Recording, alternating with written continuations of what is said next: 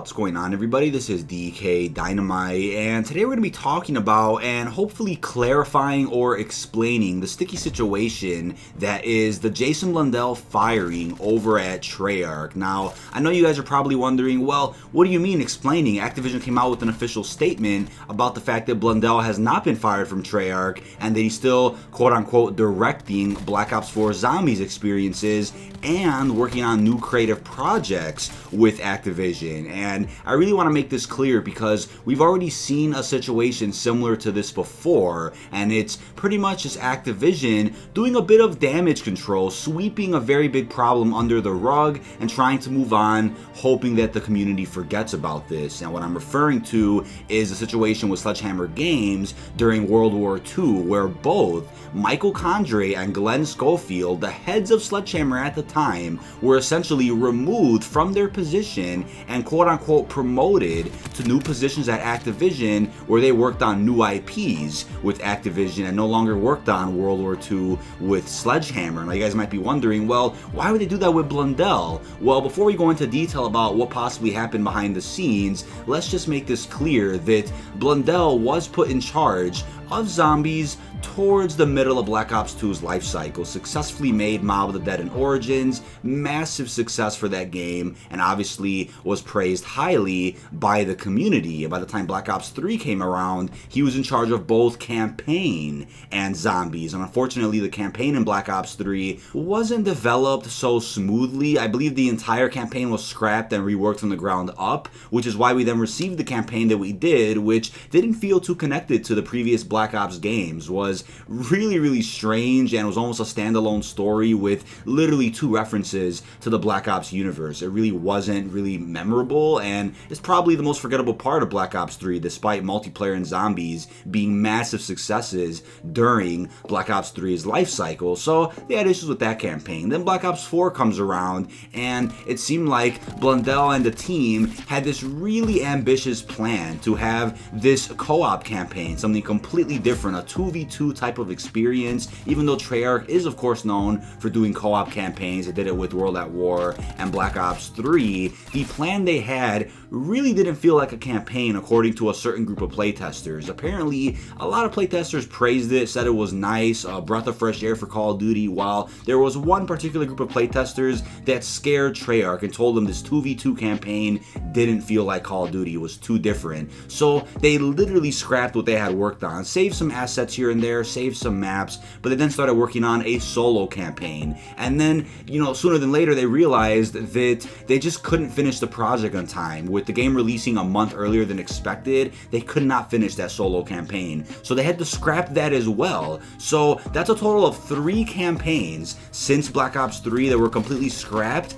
and then obviously reworked in some way, shape, or form. But that of course cost millions of dollars to scrap, with the fact that the marketing, the voice actors, the assets, the renders were all technically wasted on something that wouldn't come into reality. And what happened with Black Ops 4, of course, was that those assets from both scrapped campaigns in Black Ops 4 were then reworked into both Specialist HQ and Blackout. Now, the cutscenes in Specialist HQ are pretty smooth. They look very pretty, and the graphics are very nice, and you can tell that they were deeply worked on. But that's, of course, taken directly from the scrapped campaign, which never saw light of day. And originally, the solo campaign would have had us in unique environments, not multiplayer maps, training with these specialists and doing things similar to Specialist HQ, but obviously with more depth, to the point where it feels like a unique game mode, not just playing some random missions against bots on these multiplayer maps. So when Treyarch was working on these 2 different campaigns, they had no idea that Battle Royale would be shoehorned into Black Ops 4, so they probably wouldn't even have started development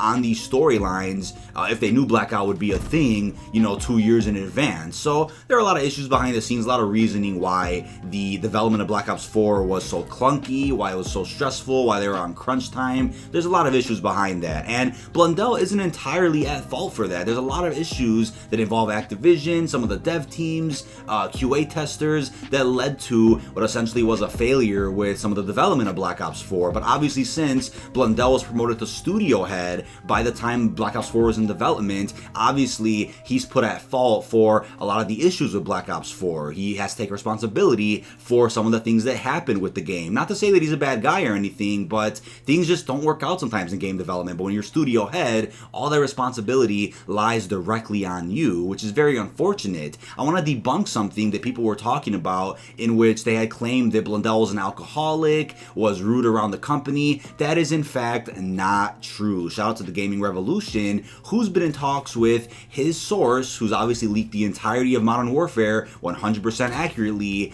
and his source then told him that Blundell is the following guy. Jason was a great person, mentor, and person. He was not addicted to alcohol and worked hard to bring all zombie fans a game to remember. Activision stock has dropped by 40%, and Jason broke minor rules in Activision COC. Activision's saving grace was pay-to-win mechanics, allowing them to not take such a hard hit. But along with that also comes change. This change resulted in more than just Jason's team firing. It resulted in more than just his team that was not released to the public. People have yet to understand Jason was the hardest worker, but Activision decided that Jason's team was part of the reason why the game wasn't doing well. And if the game doesn't do well, stocks drop, investors are mad. This is simple, taken out of proportion. Something had to be done. What you said about Jason is what everyone inside the office thinks. Obviously, we've all been saying that there are 3 possible scenarios with what happened with Jason, which I'll get into in a second.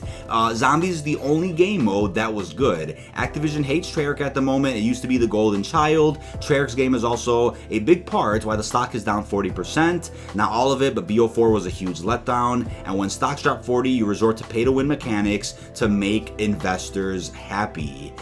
His vision and Activision's vision were not the same, and Treyarch/Activision COC. So Matt, or the Gaming Revolution, then tweeted out the 3 possible scenarios with what happened to Jason Blundell. As I was tweeting about and as I was talking about with friends, we're all kind of on the same page with what possibly happened with Blundell and how we'll eventually know exactly what happened to him behind the scenes. The first option is that he's actually gone and has taken a role in Activision and will make his departure eventually. So by the time Black Ops 4's season is over, they'll say, yeah, Blundell's no longer directing Zombies experiences over at Treyarch and is now fully pursuing his position over at Activision, similar to Michael Condrey and Glenn Schofield, where they technically swept them under the rug, quietly released them from the studio, and then transitioned them over into positions at Activision Publishing. And they obviously wouldn't confirm that he was quote-unquote fired, but they would just say that he was transitioned over into a new position or quote-unquote promoted. They would never say he left on bad terms. Option 2 is that he's working on a new project with Activision, possibly a new IP, to fill in the gap that Destiny had,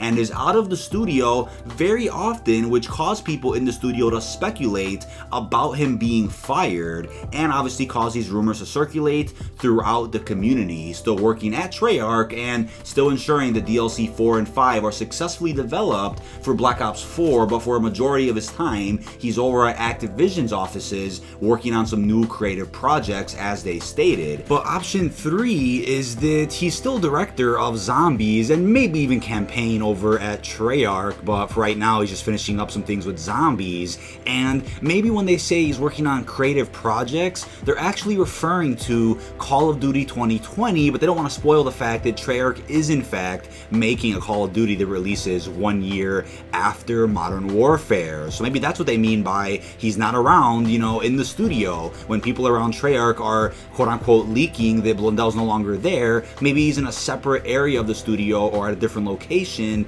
working on plans for this upcoming Call of Duty with the help of Raven and Sledgehammer Games. So there's a lot of possibilities with what's going on with Blundell, and I believe Activision, obviously being a billion-dollar corporation, had some very smart lawyers write up an explanation to essentially serve as damage control for the community starting rumors that Blundell was fired. So obviously it could be one of those 3 options that we mentioned. You can have him being completely fired working at Activision. You could still have him being the director of Zombies but is currently away at Activision's offices working on some new IPs to potentially fill the gap that Destiny had. Or he is still the director of Zombies at Treyarch, but he's at a different location or a different office working on the development plans for Call of Duty 2020 with the help of Raven and Sledgehammer as well. But maybe some of that information about the new projects he's making is currently NDA'd, and a majority of people still working at Treyarch don't know the full details, which is why they may have misinterpreted the idea of Blundell being removed from office this or why he's been absent lately. And in terms of how we'll find out which one it is, just wait for all future Operation live streams or developer update videos from Treyarch to see if Blundell ever shows his face. And if he doesn't, we'll say, okay, he's been working behind the scenes on Black Ops 4, but for a majority of his time, still working at Activision. And then when Call of Duty 2020 starts getting marketed and you see the team behind the Black Ops reboot and Blundell still doesn't make an appearance, then we'll know for a fact that Blundell fully transitioned into his position over at Activision and no longer works with Treyarch. So time will tell. Instead of jumping to conclusions and making conspiracy theories, we just have to wait. It's very simple. Just wait and we'll see whether or not this is damage control and whether or not Blundell was removed from his position completely at Treyarch, or whether or not he's just balancing a bit of both and the devs in the studio who are unknown about this new project at Activision are just jumping to conclusions about whether or not Blundell and some other employees that were part of his team were fired or not. So in terms of how this rumor began, I'm going to be honest with you guys, I heard some talks about Blundell being removed from his position or deranked quite a while ago, but like many others who heard about this, we were told not to say anything, not to make this information public. And I guess as of a couple of days ago, somebody was told something and then leaked it out. So somebody fucked up, and then obviously the community went ballistic about it. Gaming Intel wrote an article, Charlie Intel wrote an article, you had Dexerto, many other reliable sources and websites out there making articles about this information. Not to say that anybody was wrong, but I believe this was a rumor that was misinterpreted and then spiraled out of control, unfortunately. So following up with all these articles speculating on Blundell's possible firing, it was then followed up a couple of hours later by Charlie Intel, who reported that Activision had made a statement debunking this rumor and still stating the following, that Blundell was still directing Zombies experiences on Black Ops 4 while working with Activision on new creative projects, and he had not in fact been fired. So obviously, as I said earlier, it could be one of those three things where as a part of damage control, they won't say he was removed from his position, but instead would just acknowledge that he was transitioned into a new position with Activision. So obviously it sounds better, they're technically not lying, but they don't want the community to spiral this out of control, spiral out of proportion, and obviously Blundell would probably appreciate his privacy. But again, it's a rumor that is coming from a reliable source. The source may have heard this incorrectly, or the source may have interpreted Blundell's absence incorrectly, which is fully understandable. But obviously when you get to the Reddit and toxic parts of Twitter, you'll have people spiraling this way out of proportion, talking about stories that do not make sense. So I do believe he was probably deranked from studio head, but is still currently in charge of Zombies. And when it comes to Black Ops 2020, we'll really have to wait and see whether or not he is in charge of anything related to the direction of this reboot, because I don't know if they trust him anymore after scrapping multiple campaigns from Black Ops 3 and 4, 3 total, which is millions of dollars in marketing, voice acting, assets, all types of development behind the scenes. So maybe they'll just keep him on as director of specifically Zombies, nothing related to campaign or being a studio head, but only time will tell. But I do believe the rumor behind the scenes from the studio, as the Gaming Revolution reported, is in fact true. Blundell is absent from Treyarch right now. He's been absent from live streams and all types of different things with Black Ops 4. So we all speculated at first that maybe just like Vonderhaar, he's just put in charge of working on the reboot. It doesn't have time to do anything Black Ops 4 related, since it's an Activision order to work on this Call of Duty 2020 release. But now with the Activision statement, I think he is either working on Call of Duty 2020 and they're going to call it creative project, quote unquote, because they don't want to reveal that Call of Duty 2020 is a Rush Treyarch game, or he is working on a new IP to fill Destiny's gap that was left behind after Bungie got the full rights to Destiny. But that is about it. This has been DK Dynamite. Jason Blundell is not an alcoholic, did nothing wrong besides, I guess, quote unquote, break a couple of Activision rules, and I believe those rules might have involved scrapping full campaigns, millions of dollars, but I believe he did it with good intentions to make the best possible game that he could have with Black Ops 4, and I think he really did accomplish a lot with Black Ops 4. A big step up from Black Ops 3 in terms of a couple of mechanics and a couple of upgrades with the movement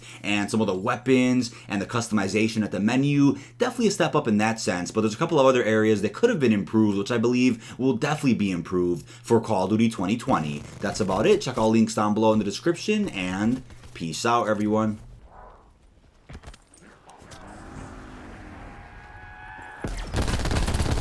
Come on, give me a challenge.